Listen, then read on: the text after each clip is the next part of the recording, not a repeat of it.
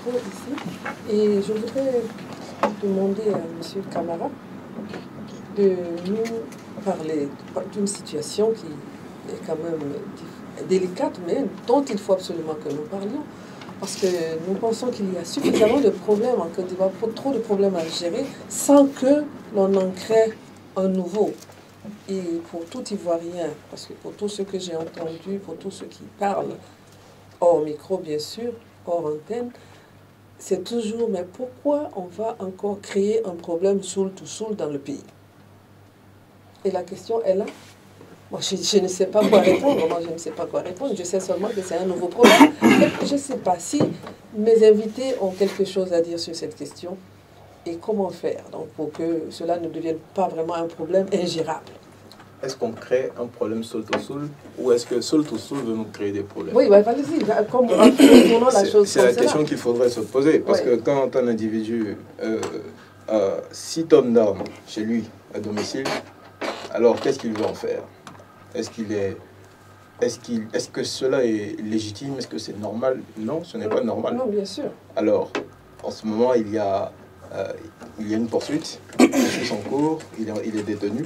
L'affaire suit son cours, l'affaire est au niveau juridique. Nous suivons le processus de façon attentive. Nous attendons la suite.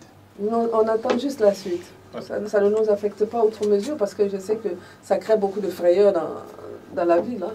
Ça, c'est sûr, parce que tous ceux qui me parlent, ça fait peur, hein. Peut-être qu'il y aura la guerre bientôt, etc. Quand un individu a 6 tonnes d'armes, peut-être qu'un autre en a 18. C'est pourquoi ça fait peur. Alors, dites-nous, où sont ces caches d'armes, où ces dépôts d'armes, il faut qu'on aille les chercher. Hein. Monsieur Gache, vous avez quelque chose à nous dire? Madame, sur cette question qui a résolument défrayé la chronique en Côte d'Ivoire ces dernières semaines, je dois avouer que je suis très à l'aise pour en parler. Et je ne vais pas passer par 4 chemins pour dire ce que je pense. Je pense que l'affaire Soul to Soul est un procès politique qui ne dit pas son nom. Le disant, il faudrait naturellement que nous recadrions les faits et dans le temps et dans la période dans laquelle ils se sont déroulés. Je vous prends un exemple tout simple. Il y a 1 an ou 1 an et demi, il y a un rapport de l'ONU qui sort, qui nous dit que Guillaume Soro aurait acquis 300 tonnes d'armes. Tout de suite, il y a la réaction du gouvernement en face qui dit non, c'est un rapport qui est désuet, qu'il ne faudrait pas prendre en compte parce que ça ne prend pas en compte certaines réalités du moment et tout ça. C'est vrai qu'il y a eu cette acquisition d'armes, mais c'est une histoire qui est passée.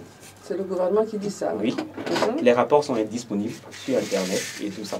Donc, il y a un rapport de l'ONU qui sort, qui indexe le président de l'Assemblée nationale de Côte d'Ivoire, qui à cette période était en de très bons termes, en odeur de sainteté même avec le président de la République de Côte d'Ivoire, qui le défend automatiquement via le gouvernement qui dit non, puis jette en pâture tous ces arguments de l'ONU. Dans le même temps, on nous avait dit également que Blé Goudé était en accointance avec les djihadistes pour attaquer la Côte d'Ivoire. Tous ces rapports ont été démontés par le gouvernement de la République de Côte d'Ivoire qui disait que non, que Guillaume Soro ne possède pas d'armes, que c'est faux. Et aujourd'hui, on nous dit à nous les Ivoiriens qu'il y a une affaire de 300 tonnes d'armes, et qu'il y a une affaire d'armes. Au départ, on nous dit c'est 11 tonnes, 9 tonnes, et aujourd'hui, d'après une certaine expertise, 6 tonnes qui ont été découvertes dans la maison de Soul to Soul à Boaké. Madame, il y a une forme d'ambivalence notoire, une paradoxalité claire dans cette affaire qui nous envoie sur le fait que c'est un procès politique. Je m'explique. Soul to Soul, aujourd'hui, est accusé de détenir des armes. Mais avant, quand il y a eu les interrogatoires, les contre-interrogatoires, toutes les questions qui lui ont été posées, toutes les personnes qui étaient impliquées dans cette affaire, l'affaire est passée de cache d'armes, a été requalifiée. C'est devenu un dépôt d'armes. Le dépôt d'armes qui induit le fait que les autorités sécuritaires du pays étaient au fait de l'existence de ce dépôt d'armes. Ce qui est reproché à Soul to Soul aujourd'hui, on dit non, il avait des armes chez lui et tout ça, les mutins ont pris, ils ont rééquilibré la force sur le terrain à Boaké, les gens ont été payés, obligés de payer l'argent qu'ils ne voulaient pas payer aux mutins, sous prétexte que les cours du cacao avaient baissé. Madame, un mutin, un caporal, un soldat de première classe de l'armée de Côte d'Ivoire, toute sa vie, toute sa carrière, il ne pourra pas économiser même 5 millions de francs CFA. Vous voulez qu'il renonce comme ça à 7 millions de francs CFA? Où a-t-on vu ça? Pourquoi on met Soul to Soul en prison? Soit. Et on ne met pas ceux qui ont fait la mutinerie pour ébranler le pays, l'économie du pays pendant plusieurs semaines. Pourquoi on ne demande pas au sergent Fofana, qui est passé à la télévision, ou au nom de tous les mutins, aller parler pour dire qu'il y avait rénonciation à la prime qui était annoncée pour les mutins? Madame, des armes ont été acquises par le camp Ouattara en 2010 à la suite de l'élection présidentielle où Laurent Gbagbo avait perdu le pouvoir. Il faut le dire, Alassane Ouattara a été élu dans les urnes, mais il était installé par les armes au pouvoir. D'où viennent ces armes? Elles ont été acquises à la suite d'un détournement de l'embargo pour rééquilibrer les forces sur le terrain avec Laurent Gbagbo. Vous semblez en savoir beaucoup. Je vous prends au mot. Il semble que j'en sais beaucoup. Non, je me fie à l'actualité. Okay. Madame, voici des vrais problèmes aujourd'hui qu'il faut aborder. Soul to Soul est arrêté. Après qu'on ait connu un imbroglio juridique, cache d'armes, dépôt d'armes, pour raison d'État, on laisse l'affaire. Guillaume Soro ne participe pas au Congrès. On réactive le dossier Soul to Soul. Pendant ce temps, une personne qui semble être sachante, et non des moindres, le directeur de communication du président de l'Assemblée nationale, M. Touré Moussa, dit qu'il y a des proches du chef de l'État qui détiennent des caches d'armes. Wow. Pourquoi ne pas aller lorgner vers ce côté-là pour en finir une bonne fois pour toutes avec ce problème d'armes? Toutes ces caches d'armes. Il faut que nous sortions de la manipulation politique et tout ça. Il ne faudrait pas avoir peur des armes qui nous ont installés au pouvoir. Non. Si on a connaissance d'où elles sont, on va les récupérer et puis on avance. Il faut qu'on arrête de mettre la Côte d'Ivoire dans des crises inutiles qu'on devrait éviter. Soul to Soul n'est juste qu'une victime expiatoire de toute la crise depuis 2010 qu'on connaît. Voilà. Bon, monsieur Camara. Alors, dans l'évolution de cette crise, on a d'abord entendu de pillage. Ensuite, on a entendu que les armes ont été déposées. Après, on nous a dit que ces armes ont été acquises en 2011. Quelle est la version réelle? On ne sait pas. Avancée par d'ailleurs, les proches du président de l'Assemblée nationale, Soro Guillaume, qui ont progressivement changé de version constamment. Ils n'ont pas arrêté de changer de version. Et là, on nous parle d'acquisition en 2011. C'est-à-dire que on est en face des gens qui sont en train de chercher à légitimer quelque chose, alors qu'ils ont dit eux-mêmes. Je me souviens, je l'ai lu plusieurs fois chez plusieurs communicants de Soro. Il y a eu pillage, il y a eu dépôt d'armes. Mais pourquoi maintenant on nous parle d'acquisition? Je ne comprends pas. Il y en a même qui ont dit que pendant cette période, le 16, il y a le ministre Ahmed Bakayoko qui aurait envoyé des éléments du CCDO déposer des armes chez Soul to Soul. Madame, donc, je ne comprends pas pourquoi, ça vient du camp Soro, hein, je ne comprends pas pourquoi aujourd'hui on nous parle d'acquisition en 2011. Il faut que nous soyons sérieux dans notre argumentaire, pas que je dis que vous ne le soyez pas, mais il faut garder une certaine rigueur dans nos affirmations. Quand vous dites, par exemple, que des communicants, parce qu'aujourd'hui on fait l'amalgame que quand quelqu'un se lève sur les réseaux sociaux, il dit quelque chose net et qui offusque, ou bien qui arrange Guillaume Soro, il est proche de Guillaume Soro. C'est Soul to Soul lui-même qui... Non, Soul to Soul n'a jamais fait de déclaration sur cette question.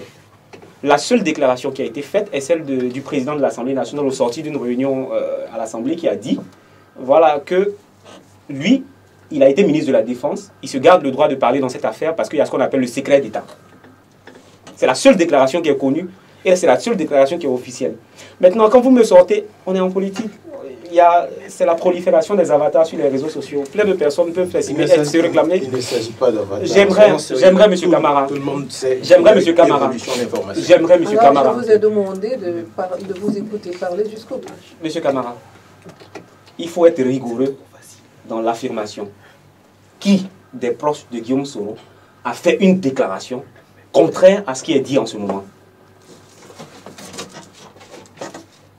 Ce qui est dit par qui?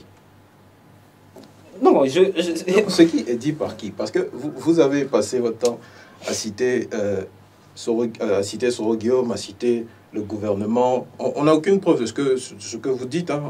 On ne peut pas prouver. Vous avez avancé pas mal d'éléments. Moi, je ne peux pas attester là, à l'instant. Je ne fais que me fier à votre bonne foi.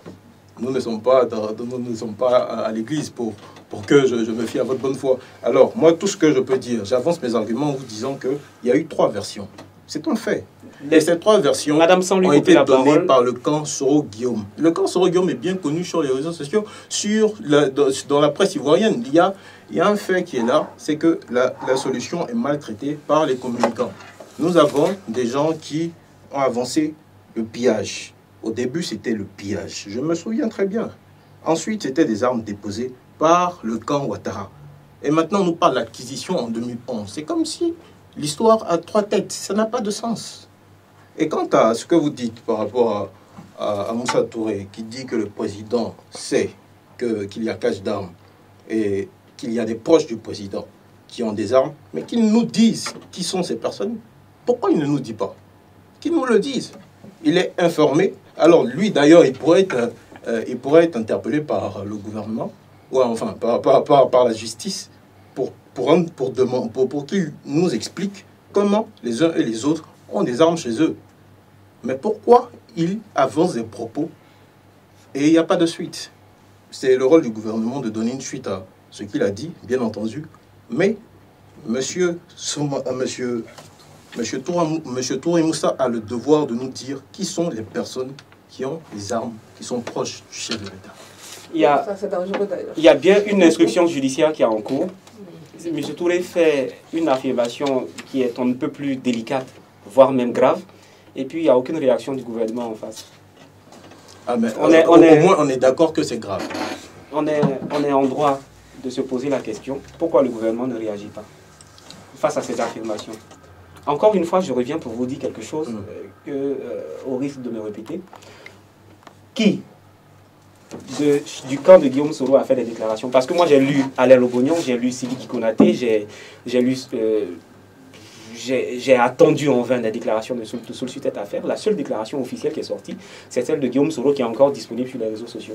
Je vous conjure, ne doutez pas de ma bonne foi. Toutes les informations que j'ai véhiculées tout à l'heure sont vérifiables à travers Internet. Nous sommes à l'ère d'Internet. Il y a une chronologie des faits.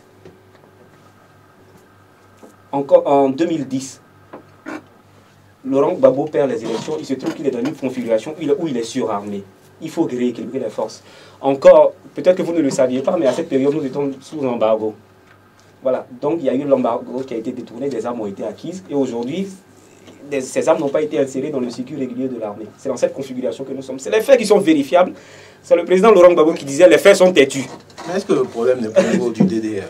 Parce que dans le cas du DDR, ces armes-là devraient être restituées. Pourquoi ces armes-là sont encore dans le domicile d'un individu? Voilà, c'est justement ce que l'instruction judiciaire nous permettra de comprendre. Voilà, donc c'est pourquoi dès le début, j'ai dit, suivons l'affaire. L'affaire suit son cours.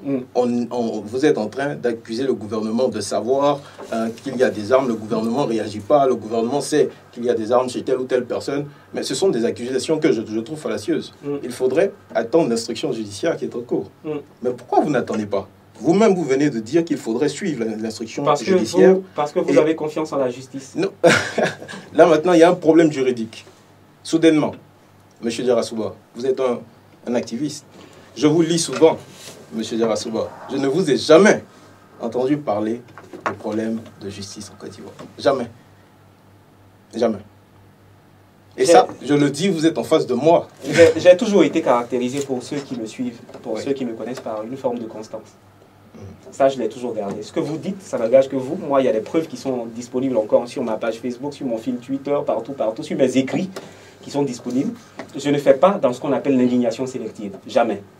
Tout de suite, je me suis plaint du fait que Sam l'Africain soit en prison parce qu'il a émis une opinion. Ça, personne ne m'a forcé à le dire. Et je me plains encore, je m'offusque du fait que Sam l'Africain soit en prison après qu'il ait fini de purger sa peine. Que Samba David soit en prison après qu'il ait fini de purger sa peine. Ça, personne ne m'oblige à le dire. C'est une opinion libre que j'émets. Franchement. Donc, vous ne pouvez pas m'accuser de m'indigner sélectivement par rapport à une situation ou une autre. Non. On dénonce, mais il faut dénoncer dans un carnaval bien précis. Et puis, voilà, on avance. Vous ne vous indignez pas de façon sélective, mais vous vous indignez périodiquement. N'est-ce pas? Parce qu'il y a un moment donné, depuis 2011, il y a des hommes politiques qui sont inculpés. il y a des activistes pro-Gbagbo qui sont inculpés. Et on n'a entendu personne, ni le clan Soro, ni vous-même, parler de ces personnes-là. Pourquoi soudainement vous cherchez à citer ces personnes-là? Je ne comprends pas. C'est clair qu'à l'instant T, vous n'êtes pas sélectif. Mais on est d'accord que vous invoquez ces sujets-là maintenant. C'est seulement maintenant, parce que vous êtes concerné par un problème. Et vous êtes en train d'essayer d'attiser la compassion. Vous voulez que les uns et les autres vous soutiennent. Vous voulez, en gris, faire pitié. Mais écoutez, il y a un problème qui est grave. 6 tonnes d'armes dans le domicile d'un individu, on règle ça comment? Juridiquement ou bien politiquement? Le problème, vous ne pouvez pas nous dire que ce problème, il est politique. Ce problème, il est juridique. Et on va aller jusqu'au bout de l'affaire. On attend la suite de cette affaire. Je suis bien d'accord. Voilà. Je suis bien d'accord. Donc on attend la suite. On attend la suite. Okay. Alors, on attend la suite et j'espère que la suite sera assez instructive pour les Ivoiriens et surtout que la suite va nous amener à sincèrement mettre en pratique notre DDR et qu'on va ramasser toutes ces armes et les mettre où ça doit être et non pas dans les domiciles des individus. Voilà, mesdames et messieurs, voilà donc l'avis de mes invités sur la question de Soul to Soul. Et nous attendons vos avis à vous sur toute la question de la réconciliation en Côte d'Ivoire. Parce que vos avis sont importants. On vous a donné les numéros, le 22 47 89 00, le 22 43 00 13. 13 07, pardon, 13 07. Voilà, vos avis sont importants, nous les attendons. N'hésitez pas à appeler à toute heure de la journée, à partir de 9 h, vous appelez et nous allons vous répondre. Et vos avis seront bien commentés dans cette émission. Alors, vous avez parlé aussi tout à l'heure de catégories de personnes qui devraient jouer leur rôle. Nous avons parlé un peu seulement des politiques. Alors qu'on devrait peut-être en parler, les partis politiques. On devrait aussi parler de l'armée, de la presse. Si vous avez soulevé la question de le débat politique manque sur la RTI, mais ça ne suffit pas. La presse a d'autres choses à faire que ça. Alors que tout le monde dénonce ça de toute façon. Il faut que le débat politique existe. Alors, nous allons tous remercier Alpha Blondy encore, qui a initié cette émission pour créer justement une plateforme d'échange pour tous ceux qui ont quelque chose à dire. Voilà. Et donc, nous allons quand même essayer de parler un peu de tous ces gens. Et vous avez demandé tout à l'heure, est-ce que vous avez confiance à la justice? Madame... Alors, nous allons parler de justice. Pourquoi pas? La justice et la lutte contre l'impunité. Alors, c'est de ça que nous allons parler. Parce que votre question était là. Vous avez dit madame, donc...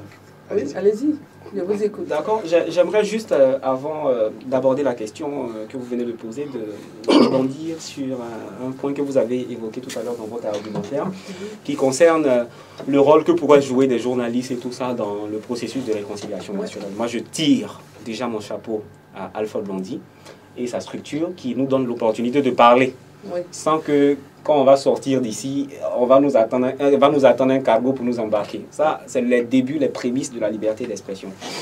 La presse a un rôle prépondérant à jouer dans la construction de la réconciliation dans notre pays. Nous sommes en crise depuis plusieurs années et tout ça. Mais aujourd'hui, voici des presses qui sont aux ordres. Chacun s'élève, il prêche pour sa chapelle. Et ça dépend, soit on est proche du pouvoir ou pas, et on est sanctionné par le CNP ou pas. Ça arrive. Je m'offusque du fait que dans un pays comme la Côte d'Ivoire, aucune réaction d'une institution face à des articles de presse internationaux qui insultent carrément les responsables d'institutions et les institutions elles-mêmes. C'est pas possible. Je m'offusque du fait, madame, que quelqu'un que je considère, moi, ça n'engage que moi, comme un mercenaire de la plume, M. Marwan Ben Yamed se lève, il traîne le président d'une institution ivoirienne dans la boue, et l'institution elle-même, sans que personne ne réagisse.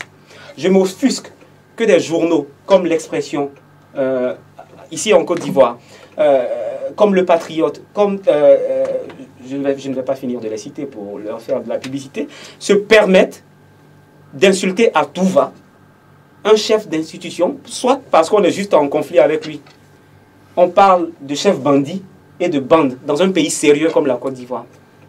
Et ça, plus grave, le CNP ne réagit pas, personne ne réagit. Il faut que nous désarmions nos plumes. Il faut que du côté des journaux bleus, des verts et des oranges, il faut qu'on arrive à se dire, mais attends, pourquoi toujours jeter nos turpitudes sur les autres? C'est quelqu'un qui le disait tout à l'heure, nul ne peut se prévaloir de ses propres turpitudes, mais à un certain moment, il faut qu'on arrive à comprendre qu'on ne va pas arriver à la réconciliation avec des unes incendiaires sur telle personne, sur telle personne. On traite des personnes d'armuriers, de chefs de bande et tout ça, mais ces personnes-là, elles ont une histoire en Côte d'Ivoire, elles n'ont pas besoin, il n'y a pas eu besoin d'avoir la rébellion en 2002 pour être connu sur la sphère politique. En 97, Guillaume Soro était l'homme de l'année en Côte d'Ivoire, par exemple. Il faut qu'on arrive à surpasser tous nos égos, tous nos ressentiments personnels dans nos écrits pour arriver à une réconciliation. Pour aboutir sur la question de la justice, moi, quand j'allais à l'école primaire, comme vous, on nous a appris qu'il y a 3 pouvoirs en Côte d'Ivoire. L'exécutif, le législatif et le pouvoir judiciaire.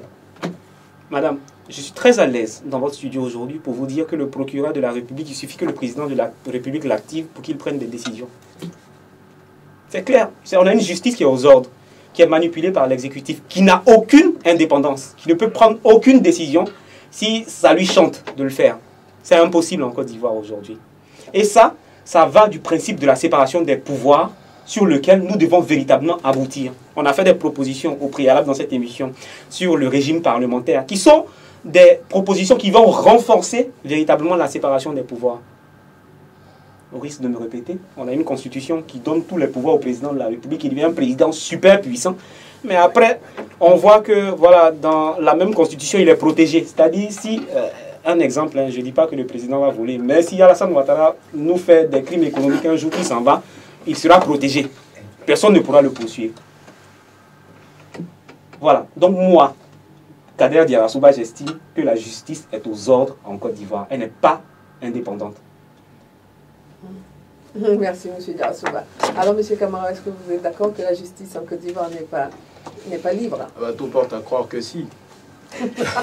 Tout porte à croire que si. Je ne vais pas parce que nous sommes parfois opposés sur certaines questions, aller à l'encontre de ce qu'il est en train de dire. Ce qu'il dit est très intéressant. C'est un fait. C'est un fait. Mais est-ce que c'est comme cela dans toutes les affaires qui sont en cours? Je ne sais pas, je ne pense pas. On ne va pas dire que toutes les affaires sont polluées par des affaires politiques. Il y a des affaires qui sont traitées de façon normale, ainsi de suite. La justice peut être aux ordres, c'est vrai, mais la justice ne peut pas être totalement défaillante. On va essayer. Il faut leur accorder le bénéfice du doute. Voilà, exactement. Et je vois à peu près où ils vont venir. C'est-à-dire que là, tout à l'heure, M. Diarra-Souba nous parlait de presse libre, et il n'a pas arrêté de citer des attaques vers une institution, c'est-à-dire à chaque fois l'Assemblée nationale, le président de l'Assemblée nationale. J'ai l'impression que nous sommes en train de parler de Soro Guillaume. Ce n'est pas un débat sur Soro Guillaume. Je ne pense pas que cela soit le cas. Mais M. Diarra-Souba veut y aller. On va y aller. On va y aller. Alors, M. Guillaume Soro n'est pas le seul homme politique qui est vilipendé par la presse ivoirienne. Ça a été toujours le cas. Même le président Félix Houphouët-Boigny n'a pas échappé à cela. La presse ivoirienne a toujours été aux ordres de leurs partis respectifs. À l'époque, Alassane Ouattara a subi toutes les injures possibles. Bien sûr, bien sûr. C'est en Côte d'Ivoire que tu as la presse bleue, la presse rouge, la presse... Même les forces nouvelles ont une presse. Donc, c'est-à-dire que... Là, ici, Nord-Sud, c'est connu. Du coup, nous avons des presses qui agissent en fonction des besoins de leurs chefs politiques. Tant que ce sera comme ça, on va toujours se répéter, on va se répéter. En fait, je vais citer Philippe Séguin qui disait « Ils viennent cuire leur petite soupe dans leur petit coin pour leurs petits appétits ». C'est ça la réalité. Que ce soit les hommes politiques ou les journalistes, les gens ne pensent qu'à leur pense. C'est cela la réalité. Et la démocratie, seule la démocratie et la consolidation de nos institutions nous permettront d'avancer d'un iota dans tous ces problèmes-là, dans tous ces problèmes que nous évoquons. Sinon, ces problèmes d'attaque par-ci, par-là contre le gouvernement, enfin contre le président de l'Assemblée nationale, n'est pas, pour moi, je trouve ça... C'est un épiphénomène. C'est un épiphénomène, c'est pas le seul qui a attaqué. Alors, moi je me dis que c'est peut-être... Il parle peut-être d'une question de principe et non pas de... Une question de principe, certes. Mais à ce moment donné, il faudrait qu'il s'insurge contre les attaques sur toutes les autres personnalités politiques. Peut-être qu'en ce moment, on ne parle pas des autres personnalités politiques. Alors, je parle du principe que, par exemple, moi, que ce soit des journaux internationaux viennent parler de nos institutions quand même. Mais quand les journaux nationaux même le font, oui, mais ça... il ne faudrait pas attendre mieux des journaux internationaux. Madame Touré, sur cette question, j'ai fait quelque chose qui n'est pas commun. Je suis parti d'une généralité pour aboutir sur la singularité qui est le cas de M. Guillaume Soro, que j'estime connaître ce qu'on appelle un Soro-bashing dans la presse ivoirienne. Je ne sais pas si M. Camara, ici présent, lit la presse chaque matin. Moi, en tout cas, je lis tous les journaux du lundi au samedi. Et le constat que je fais, c'est que du lundi au samedi, sur toutes les presses, il va se trouver que quelque chose, même s'il y a le col qui dépasse de la veste de M. Guillaume Soro, il y a une forme de bashing qui en est. C'est le monsieur qui est au centre de toutes les attentions. Depuis 2000 et bien avant, on a l'impression qu'il cristallise à lui tout seul l'attention politique. C'est un fait qui a avéré. C'est pas moi qui le dis, je dis oui. Tous les hommes politiques subissent peut-être le courroux, mais lui qui subit le plus de courroux... En ce moment? En ce moment. Merci. Et depuis bien longtemps. Non, pas depuis bien longtemps, en ce moment. C'est Guillaume Soro. En ce moment. On est d'accord que c'est en ce moment. Non, non. Vous aviez dit il n'y a pas longtemps dans ce débat que M. Guillaume Soro était en état de sainteté avec M. Alassane Ouattara. Et est-ce qu'à cette époque-là, M. Guillaume Soro était vilipendé comme vous le dites? Remontons à une époque très récente pour étayer mon argumentaire. On va remonter, on va dire, depuis 2002, pour ne pas dire depuis 1997. Depuis 2002, on sait, lui qui cristallise véritablement l'attention au niveau de la politique dans la presse. Il faut toujours qu'on trouve quelque chose à redire sur Guillaume Soro, au point où ça crée le Soro bashing carrément, ce que je disais tout à l'heure. Voilà. Oui. Tant qu'on aura des organes de presse aux ordres, on aura un Soro bashing, tout comme Nord-Sud n'épargne pas les adversaires de Soro en ce moment. Est-ce que Nord-Sud épargne les adversaires de Soro? Je ne pense pas. Donc arrêtons cette polémique. Je pense qu'il n'y a pas lieu de débattre sur ce petit phénomène. Franchement, c'est un épiphénomène. J'insiste. Bon, si cela est, bon, ben, prenons ça comme ça et que... Mais en tout cas, il faut que chacun comprenne que la politique est la politique et qu'on n'a pas besoin d'entrer vraiment dans des injures et des choses inoubliables. Bon, aussi, quand on s'engage en politique, il faut s'attendre un peu à essuyer toutes ces choses-là. Comme on dit, le chef, c'est comme le tronc d'arbre sur lequel tout le village vient cracher un peu. Un chef doit avoir le dos large. Voilà, exactement. C'est comme ça. C'est cela. Voilà pourquoi. Donc, en parlant donc de justice, on a parlé de justice, hein, et maintenant on a parlé de la presse. Et si on parlait un peu, vous avez dit tout à l'heure, l'un d'entre vous a dit qu'il fallait que les ministres viennent s'exprimer devant l'Assemblée nationale. C'est bien vous, M. Diarassoua, qui avez parlé de ça. Alors nous allons venir un peu sur le ministère de l'Éducation nationale, avec les problèmes de l'école. Parce qu'il faut que ce soit déblayé également, pour que les jeunes puissent jouer un rôle important aussi dans ce pays. Et tout cela. Parce que je dis que tant qu'il y a des problèmes, les gens ont du mal à se réconcilier. Et tous ces problèmes sont importants. Madame Touré, moi je pense que sans être spécialiste de l'éducation nationale, je suis parent d'élèves. Oui. Voilà. Quand nous on allait à l'école, il y avait des matières qui étaient coefficiées. Moi je ne peux pas estimer que l'éducation physique et sportive, qu'on appelle EPS, puisse... quand on n'est pas bon en maths, que l'EPS puisse nous aider à augmenter. Il faut une véritable réforme. Aujourd'hui, on est dans un système dans lequel l'élève qui n'est pas bon en mathématiques ni en français, il suffit qu'il court bien sur le terrain pour que ça compense les moyennes qu'il n'a pas pu avoir. Je ne pense pas qu'on puisse construire des cadres consciencieux et des cadres forts pour la Côte d'Ivoire de demain. Il faut une véritable réforme dans l'éducation nationale en Côte d'Ivoire. C'est pas comme nous. Il y avait une forme d'émulation à l'époque, une époque très récente. Faudrait pas que je dise n'importe quoi. Une époque très récente. Donc, il y a des matières qui étaient coefficiées à 8, à 6, à 4 quand nous allions à l'école. Mais aujourd'hui, quand on voit nos jeunes frères qui sont là, ils disent ah, bah, si ça ne va pas, je vais me rattraper dans EPS ou bien en poésie. Donc, franchement, sans vouloir rentrer dans le fond même du sujet, qui est un sujet on ne peut plus sensible, je pense que une réforme s'impose au niveau de l'éducation nationale. Quand dans un pays, dans le système éducatif, on constate qu'à foison, de façon récurrente, il y a des crises qui interviennent, des grèves par-ci, par-là, et qu'on prenne peut-être, je ne sais pas, puisque les gens aiment parler de tonnage dans les histoires d'armes maintenant, je ne sais pas combien de tonnes de gaz lacrymogène on a pris pour aller bombarder les étudiants comme si on était dans un champ de bataille dans les cités universitaires, mais franchement, c'est très grave. Et légère digression pour clore mon propos, il y a eu le cas, fort heureusement, des étudiants et des étudiantes qui ont été arrêtés. On m'a dit qu'il y a une qui avait frappé trois policiers. Bon, je ne sais pas si les policiers étaient des Odinéka. Mais en tout cas, une étudiante frappée 3 policiers, c'est un peu trop gros, quoi. Celle qui est d'origine chinoise. Elle est d'origine chinoise.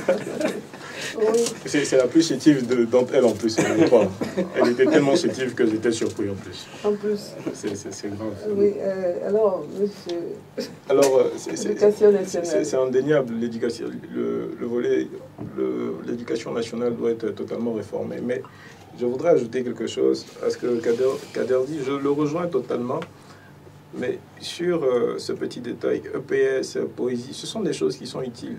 Ce sont utiles. C'est vrai qu'il ne faudrait pas que ça compense l'absence de bonnes notes en mathématiques, etc. Mais c'est utile. On a besoin d'athlètes, on a besoin de poètes, etc. On a besoin de tout le monde. Ça devrait être recadré quelque part et non pas rattrapé. Pas rattrapé. Nous allons revenir tout de suite à l'antenne. Je suis d'accord avec Madame Touré, juste une petite précision. Je ne suis pas d'accord avec le ministre Niabien Konon quand il dit qu'on a plus besoin de scientifiques que de littéraires pour construire une nation. Mais je vais abonder quand même dans le même sens que lui pour dire qu'on a plus besoin de personnes qui savent écrire que de personnes qui savent courir pour la construction d'une nation. Non, bien entendu. Allez, on est d'accord sur ça. On revient sur cette question tout à l'heure après notre pause musicale.